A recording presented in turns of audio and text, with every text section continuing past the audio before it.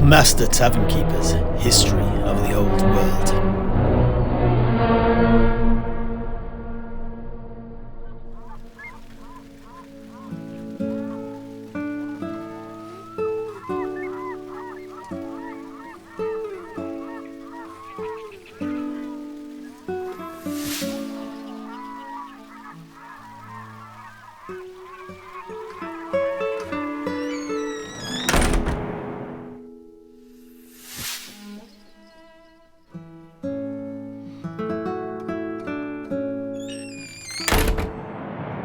So, your grandfather encountered the Arch-Grand Commodore himself, Luthor Harkon, the Lord of the Abyss.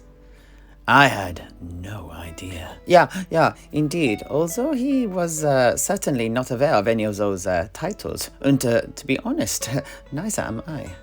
Perhaps you can tell me more. Sorry. I misspoke. I really don't know anything more about that. Honestly, I was just regurgitating some things that I'd heard in passing. Actually, I have a question for you, Heinrich. You said that your grandfather, now confronted by Harkon, realized that he had brought down doom upon them through his summoning of a beast. What did you mean? I do recall that he and his men had brought forth a Scio-Verm to battle the Kraken through the use of a ancient charm taught to him by the Truthsayer of Albion. Was it this? Yeah, well remembered, Master Tavern Keeper. It was indeed.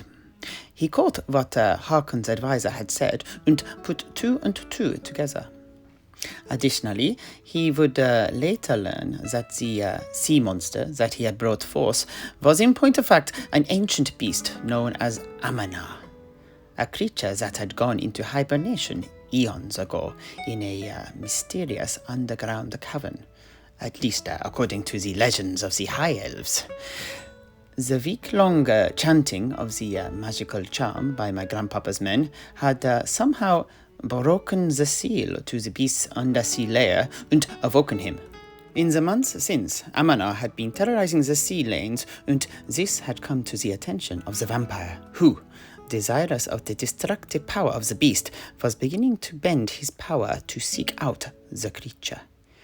He intended to bring it under his will through slaying it and then reanimating the corpse. Thankfully, this was something he had been unable to do, and it has been something he has been unable to do in the 70 years since, too. Amana is not only elusive, he is also unkillable. Although this in itself is a double-edged sword, for the creature's tally of the dead in the sea lanes of the great ocean grows longer and longer, year by year. But more on all of this later. First, I do want to return to my initial question. By the way you referred to this vampire, Master Tavern Keeper, it really does sound as if you know quite a bit about him. Wouldn't you like to share this knowledge with us? Well, I might do, but I'd rather... What, Master Tavern Keeper? Why so coy? This is not like you. I am a simple soldier, and not really all that au fait with this vampire's reputation beyond what my grandpapa related to me. And even then, he, too, was very reticent about answering the further questions that I had raised. I am keen to learn more, and you clearly know more. Well, it's not something that really should be spoken of. The tales of Luthor Harkon are terrifying to those of us of the sea. I do have another question, if you don't mind, Heinrich. Was your grandfather not tempted to blast his way out of there as soon as he realized he was facing such an infamous fiend as Harkon? Yeah. Well, once the fog bank had dissipated, it became clear that the zombie pilot armada was far vaster than any of them had first imagined. They were completely surrounded, and even if they expended every cannonball they had 3 times over, it was not going to be enough to escape the undead. This was the main reason that my grandpapa had allowed the flagship to approach. Braun was not going to get them out of this pickle. They needed to be savvy if they wished to avoid joining the ranks of the vampire's army. They needed an inroad, an opening by which to talk their way out of this. And the lull in the fighting had been the sole chance that they had been given. Although, this said, at the time, my grandpapa felt that they were really stalling of the inevitable. And secretly, at that moment, he cursed the gods that Marco had been incapacitated. Diplomacy and deal-making were, by far, Marco's forte. My grandpapa was more of a practical man, the truth be told. But, Master Tavern Keeper, what is this game you are playing? Please do not think that I have not noticed you trying to deflect my attention away from talking about the vampire. You just said that he was infamous, if I'm not mistaken. Why won't people talk about him? I don't understand. Well, if I'm to be completely honest, it is considered bad luck to talk of him for those of us who plough the waves. I am sorry. As you know, we sailors are a superstitious lot. Truly, I am sorry. Nope. Superstition be damned. Humbug to it all, I say. He is worth talking about. And, by the gods, I should have realized it by now. I'm a landlubber, a sailor no more. He can't touch me. He can't get me here. Right then. Well, Heinrich, count yourself blessed. We are going to talk about Luthor Harkon. Pray that nothing ill comes of it, though. Right, before we begin, let me just take a large mouthful to fortify myself first, I think.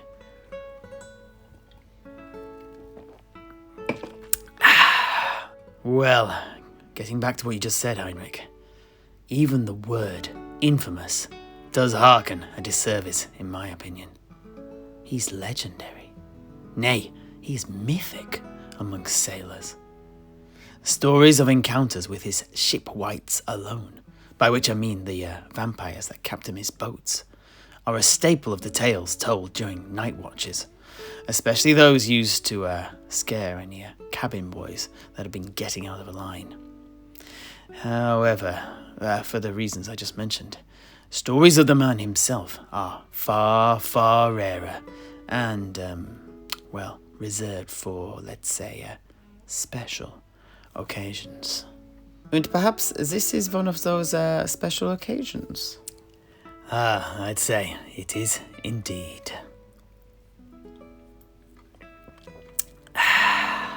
Right then. Well, if we're going to do this, let's do it properly and begin at the very beginning.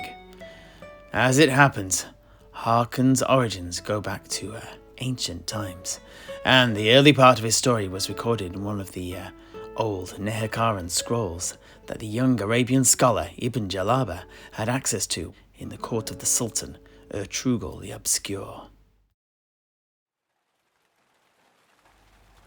I recall it was a dark, stormy night when Ibn related Luthor's tale to my tutor and I, many years ago now. We were docked in the harbour of Sudenburg down in the Southlands at the time, and the warm summer rain pelted the window panes of our cabin until dawn's light finally dispelled the dark clouds above. It certainly added an eerie ambience to the telling, I can tell you. I kept imagining 100 zombies' fingers tapping at the glass as the Arabian spoke.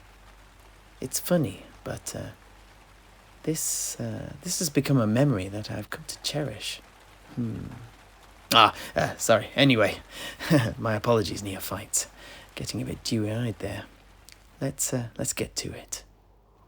Well, the tale of Luthor Harkon is inextricably tied to the tale of the city of Lamia, the ruins of which you can still find to the east of the World's Edge Mountains as they run down the centre of the continent that we call the Southlands. This city also lies just north of another set of smaller mountains, known as the Devil's Backbone, and it is these that Harkon hailed from. Blighted and slighted Lamia was an ancient city of the kingdom of Nehekara, the land now inhabited by the unquiet dead, the land of the Tomb Kings and their unbowed leader, Cetra, that we briefly mentioned when we talked about the first expedition of Ibn Jalaba. Oh, and whilst I am here, don't worry, we will get back to the second leg of his expedition in our next regular lesson, once this night's frivolities have come to an end. Anyway, Ibn told us that about a millennium before the birth of Sigmar and the founding of the Empire, the man that would become Luthor Harkon was born into the Harkoni tribe that lived in the hilly country surrounding the City of the Dawn, as Lamia was oft called in those ancient scrolls. His given name was apparently Luthor, but he earned the nickname Luthor Udgat when he lost his right eye in a fight with a cockatrice that he had tracked down with his cousin, Wallach. The short tale I'm about to relate was actually found by Ibn on a separate scroll. The two protagonists were not named, but the story fit and complemented Harkon's tale so perfectly that Ibn felt it must be one and the same. And so he added it to his telling of the tale on that rainy night in the harbour of Sudenburg. As to whether he was right to do so, I will leave to your discerning minds. I couldn't really comment, having not read the first-hand material. Anyway, that aside, the beast had been terrorizing the surrounding villages for months, and so the two young men took it upon themselves to face down the creature and slay it.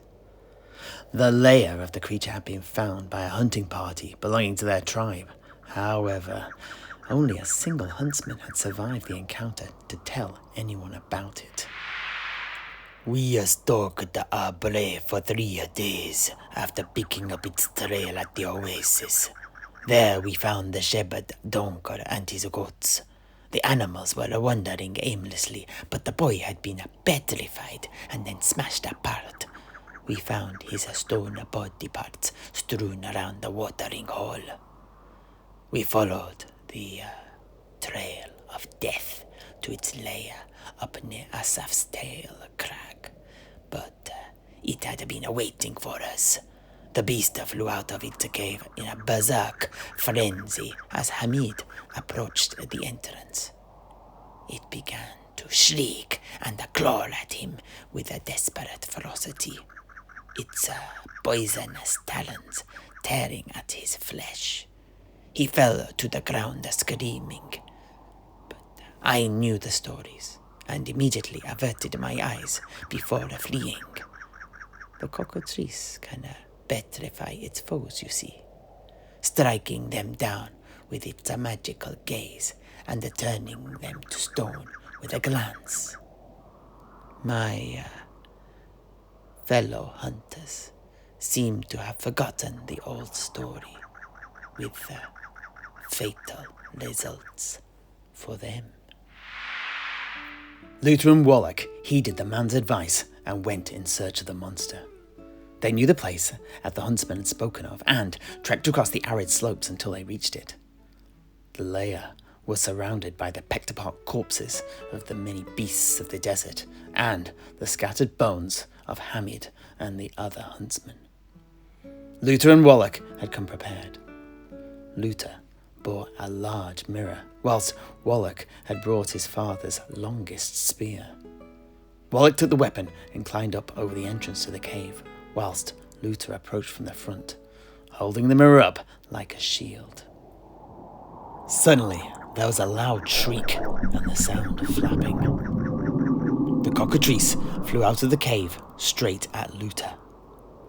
Like all of its kind, the cockatrice that stalked the slopes of the Devil's Backbone was a vicious, tainted monster with an unsettling, unnatural appearance that resembled a demonic bird crossed with both a bat and a lizard. It immediately spat acidic vomit at the mirror before striking at it with its poisonous claws and shattering it. This sent Luthor flying back, a large shard of glass having pierced his right eye. However, it was exactly the distraction that Wallach had needed, and he leapt on the creature's back and plunged his spear straight into his heart, killing it immediately. News of this feat spread far and wide, and eventually reached the ears of Aborash, champion of the former king, and now the personal bodyguard of the queen of the city of Lamia, Neferata. Aborash ever kept his eyes on the savages living around the city, for reasons we'll touch on later. Aborash saw to it that the two were recruited into the city's military, and watched with interest as they rose through the ranks. Wallach's prowess in combat saw him become the master of the palace guard, and his cousin, Luthor, became the leader of the harbour guard, each one becoming one of his 4 primary assistants in the defence of the city. However, all was not as it seemed in the metropolis. A canker lay at its heart, and the 2 Harkoni were about to be embroiled in its deadly web, changing their fates forever.